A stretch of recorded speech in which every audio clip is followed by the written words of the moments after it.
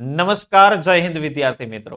તો આજે આપણે જોઈએ ભારતીય બંધારણના અગત્યના કેસમાંનો એક કેસ એટલે કે વિશાખા વિરુદ્ધ રાજસ્થાન રાજ્ય 1997 નો કેસ.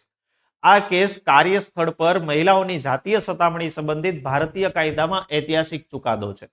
આ કેસની શરૂઆત રાજસ્થાનના એક સામાજિક કાર્યકર ભંવરી દેવી સાથે થયેલી દુર્ઘટનાથી થઈ.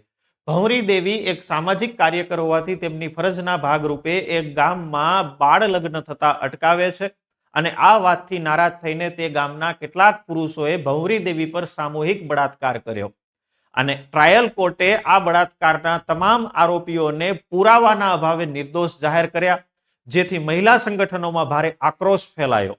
ત્યારબાદ એક વિશાખા નામની એનજીઓ અને કેટલીક મહિલા સંગઠનોએ સાથે મળી અને સુપ્રીમ કોર્ટમાં પીઆઈએલ દાખલ કરી.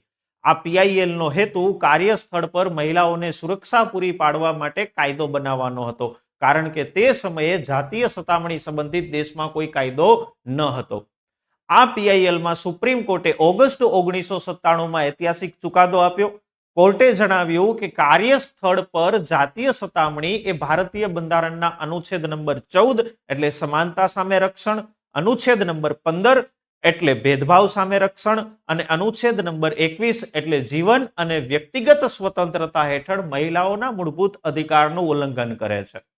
દેશમાં કોઈ ચોક્કસ કાયદાના અભાવને ધ્યાનમાં લઈ અને સુપ્રીમ કોર્ટે કાર્યસ્થળ પર મહિલાઓની જાતીય સતામણી અટકાવવા માટે એક ગાઈડલાઈન જાહેર કરી, જે વિશાખા ગાઈડલાઈન તરીકે ઓળખાય.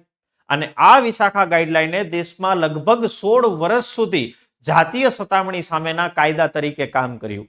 ત્યારબાદ વર્ષ 2013માં ભારત સરકારે આ ગાઈડલાઈનના આધારે જાતીય સતામણી અટકાવવા માટે sexual harassment at workplace act 2013 નામનો કાયદો બનાવ્યો અને વિશાખા ગાઈડલાઈનનું સ્થાન ત્યારબાદ આ કાયદાએ લીધેલું છે.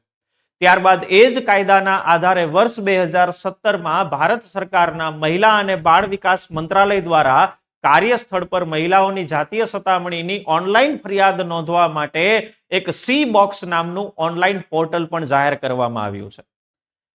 મળશું નવી માહિતી સાથે નવા વિડીયોમાં. ત્યાં સુધી જય હિન્દ, જય ભારત.